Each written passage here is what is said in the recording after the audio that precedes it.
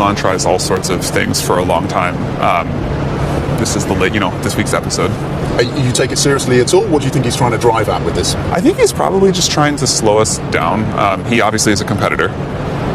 He's working hard and has raised a lot of money for XAI, and they're trying to compete with us from a technological perspective, from getting the product into the market.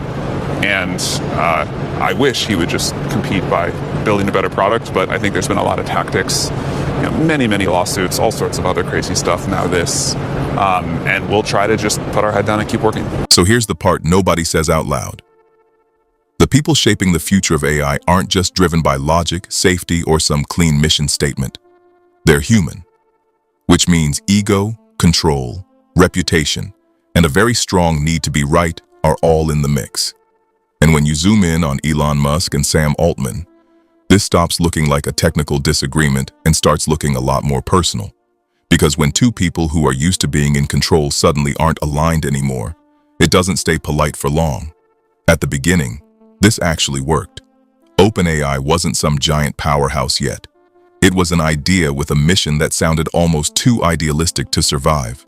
Musk was there early, funding it and pushing the narrative that AI could become dangerous if handled poorly. Altman was the one running it, managing the structure, making things actually happen. On paper, that's a perfect combination. Vision plus execution. Urgency plus control. But that balance only works when the stakes are manageable, and AI stopped being manageable very quickly. Their personalities were always different, and that matters more than people think. Musk operates like everything is urgent, borderline existential. He doesn't just think something might be a problem. He amplifies it, pushes it, sometimes to the extreme. That's part of how he gets attention and drives action. But it also means he's comfortable with chaos. Altman is almost the opposite.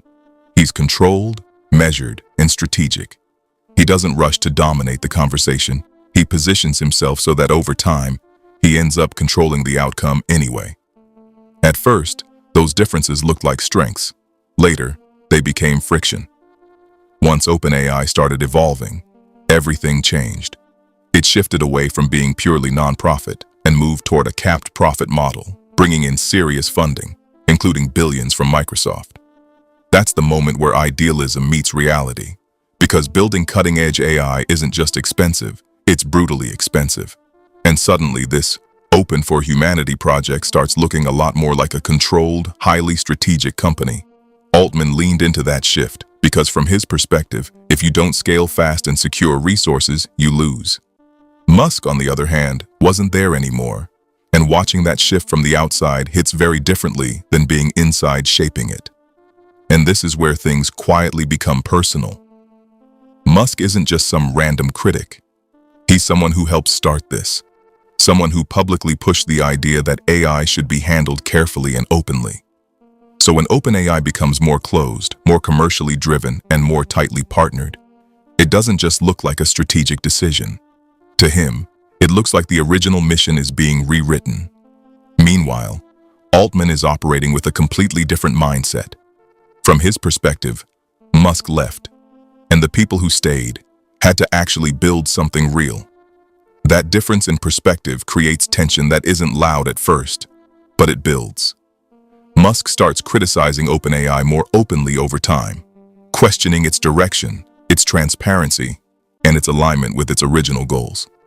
But Musk doesn't do quiet disagreement. When he pushes back, he does it publicly, sometimes aggressively. Altman doesn't respond in the same way. He doesn't match the tone. He doesn't escalate the same way. He just keeps building.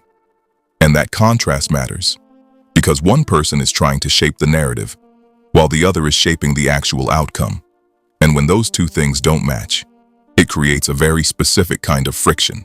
If you strip this down honestly, there are multiple layers here. Yes, there's ideology. Musk genuinely talks about AI risk and long-term danger, and there's evidence he takes that seriously. Altman also acknowledges those risks, but focuses more on controlled deployment rather than loud warnings. But beyond that, there's strategy. Musk now runs XAI, which puts him in direct competition with OpenAI. That alone changes the tone of everything. It's no longer just a disagreement about philosophy, it's a rivalry in the same space with massive stakes. And then there's the part people don't like admitting: ego and control. Musk has a clear pattern of wanting influence over things he sees as critical to the future. When he's inside a system, he pushes hard to shape it. When he's outside, he criticizes it just as hard. Altman operates differently. He builds alliances, plays long-term positioning, and doesn't need to win arguments publicly if he's already winning strategically. So when Musk criticizes OpenAI, there may be genuine concern there, but there's also the reality that he no longer has control over something he helped create. And when Altman continues moving forward without adjusting to that pressure, it reinforces that shift in power.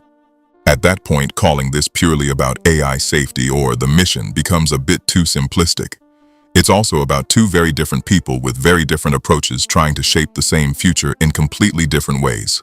Musk moves fast, pushes hard, and is willing to create noise to force attention. Altman moves carefully, builds quietly, and focuses on execution over conversation. Neither approach is perfect, and both come with trade-offs. What makes this actually important isn't the drama, it's what it represents. The future of AI isn't being shaped by neutral observers. It's being shaped by people with incentives, preferences, and very human motivations. Musk applies pressure from the outside, raising concerns and pushing his own vision. Altman operates from the inside, making decisions that prioritize growth, control, and real-world deployment, including products like ChatGPT that have already changed how people interact with technology. So if you're looking for a clean answer about who's right, you're not going to get one. This isn't a simple hero versus villain situation. It's a clash between two strong personalities, two different philosophies, and two people who both believe they understand the future better than most. And the uncomfortable reality is that the direction AI takes will be influenced by people like this, whether the public fully understands it or not. And that's the part that actually matters. Not the headlines, not the back and forth, but the fact that decisions shaping one of the most powerful technologies ever created are being made by individuals who are just as complex, competitive, and human as anyone else.